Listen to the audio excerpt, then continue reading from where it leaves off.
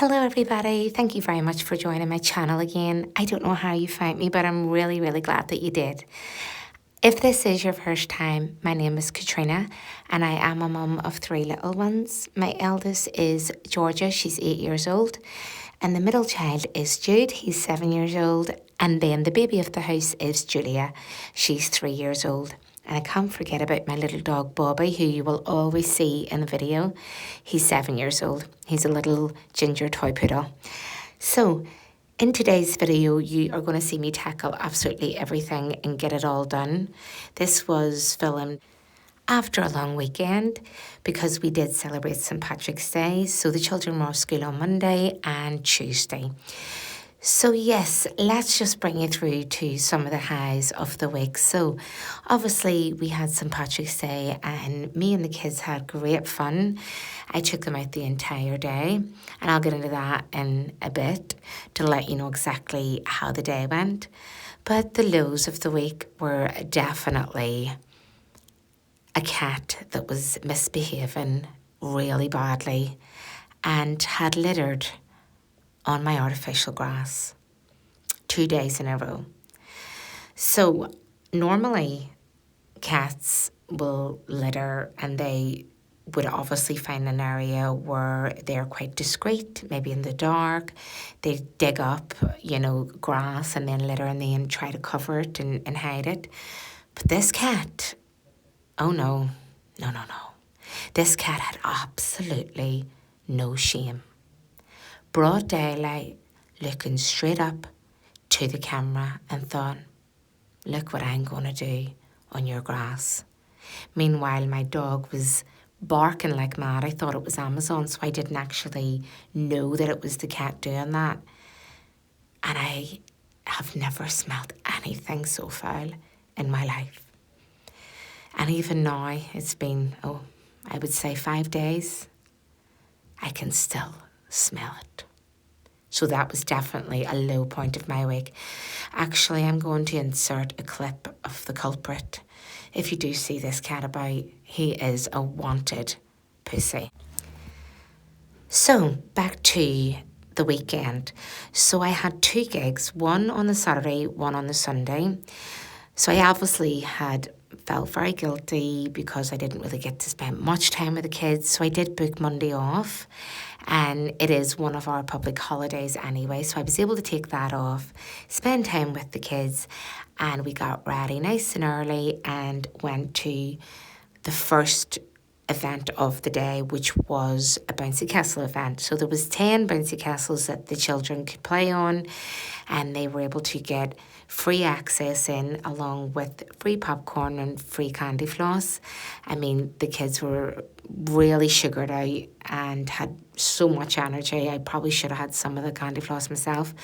But all in all, it was such great fun. Then we went to a fun fair, and then after the fun fair, we went swimming. And after the swimmers, we went to McDonald's and then home. Now, the swimmers, the one thing that I hate, the one hobby that I detest, and the one thing that I just do not find enjoyable or relaxing is swimming. For many different reasons. But I just don't like the feel of the chlorine water. I don't like the thought of you could be sharing a pool and someone could have weed in it. I really don't like swimming. Anytime I book a holiday to go away, I make sure the pool is grand and beautiful and clean. And I don't know why, because I'm not getting in that pool. But anyway, we go swimming. My kids were so excited because this is the swimmers. They call it the swimmers with a water slide. So it's their little water park in their eyes. They've been asking for weeks and weeks. I needed to make sure that I had a time that we were all free to go. And I decided that would be the day. So I took them. They thought I was actually pranking them because they know how much I hate swimming. And we are in the swimmers for a while. And of course, my kids are just sort of looking at me thinking, okay, Mummy, your hair dye is running down your face, running down your back. The hair dye's everywhere. Everything is all pink and red, and I'm sailing down that lazy river with a trail of pink and red hair dye behind me. And I have the audacity to think, oh, I don't want to share a pool with any little child that could wee in the pool. And look at me. My hair was dripping all over the place, and people just thought, oh my gosh. So I couldn't wait to get out. And of course, the kids realised that the slides were not actually open and operating. So there was a lot of tears, which wasn't great because it was such a great day. We did arrange to go back again. However, on that occasion, both Georgia and Jude were crying. Julia was crying. She obviously was taking such a toddler's tantrum. And I had hair that was dripping, red hair dye all down my legs, all down my face, all down Julia's face. And this was really, really embarrassing. So the more and louder that they were crying, the more attention was getting brought to me, and the more my face was matching the colour of my hair. So that was definitely something that would, again, scar me for life. I have said I would take them back. I haven't booked it, but I've arranged a day that would suit everyone. But whether or not I follow through, I don't know. I just don't know. I'll update you in the near future. So now I've moved on to the kids' bathroom. Everything was not really messy. It isn't actually dirty, but it just needs a freshen up. I just feel that it needed a good freshen up for me to feel like the week is going to go smoothly. And that's all that I'm hoping that I'll be able to do at this stage. So again, another low point of the week. I didn't realise I had so many, but I actually do. So I was obviously sleeping, and it was around about 6 o'clock in the morning, and I heard a big thud, a big bang. And I didn't realise that my big mirror inside my office had fallen off the wall and smashed all over the place. So of course that's going to be giving me 7 years bad luck. But I think that's only if you break it yourself. So I'm trying not to be superstitious. I'm trying just to think it was a freak accident, and let's just try and keep the positivity alive. But it was very annoying because, of course, that mirror fit the space so well, and I didn't even mean for it to fit the space as well as what it did. Can't seem to get a replacement, the exact same mirror, but I have ordered one on Amazon, and I will be able to update you on that when it comes to see if it fits and if it's actually matching in with the office. I did get one that lights up slightly, a little Bluetooth one just for the night time if I'm maybe doing my eyebrows or whatever else it may be. I don't know. I mean, at this rate, I don't have time to do many things, but if I do ever get the time, it might be nice to have a mirror similar to the one in the bathroom. So yes, now I'm moving on to my bathroom. Well, it's not my bathroom, it's the main bathroom on the second floor. I have finished cleaning all the children's rooms, and I'm just wanting to give this a quick wipe down, change the towels and things like that before moving on downstairs. So that was the 2 points of the week. Now I just wanted to speak a wee bit about trying to get it all done while you're a parent, and what that looks like for me, what that can feel like for me, and especially when you're working full time. I have just had a bit of a wobble this week emotionally, not really knowing what I should be doing. You know, there was just certain things that had happened during this week that made me realise that I'm not organised, and I really want to be organised. And I think part of the reason is lack of sleep. So if you have a good night's sleep, then you're going to wake up early, you're going to have abundance of energy, and you want to capture your day, and you're more productive the first part of your day. And I think for me, that's going to be in the morning. Although I'm not a morning person, I'm more productive at that point in the morning right up until lunchtime. And then you start to sort of slack off a bit. And I'm just trying to figure out, okay, so if I get up nice and early and, get the kids their breakfast or whatever it may be, get them ready, put a wash on, put a load in the dishwasher, will this help me be on top of the house a bit more? And then, of course, feel more motivated and in return organised. I don't know.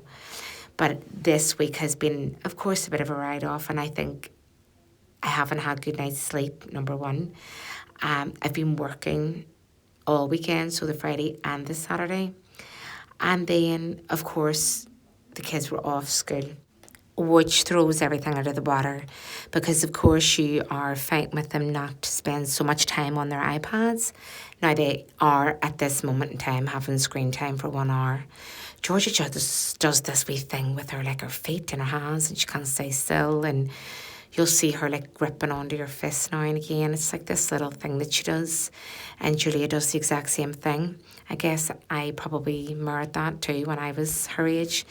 But yes, like I was saying, you try to look after them in terms of their mental health because, of course, too much screen time is not good for their minds. And I argue with them constantly, please get off the iPad, please get off the iPad. And then they maybe take the iPad away and then try to go on to YouTube on the actual TV. So it's that juggling, right? Okay, now you've had your time on the iPad. Now let's go and get creative. Now let's go outside and play.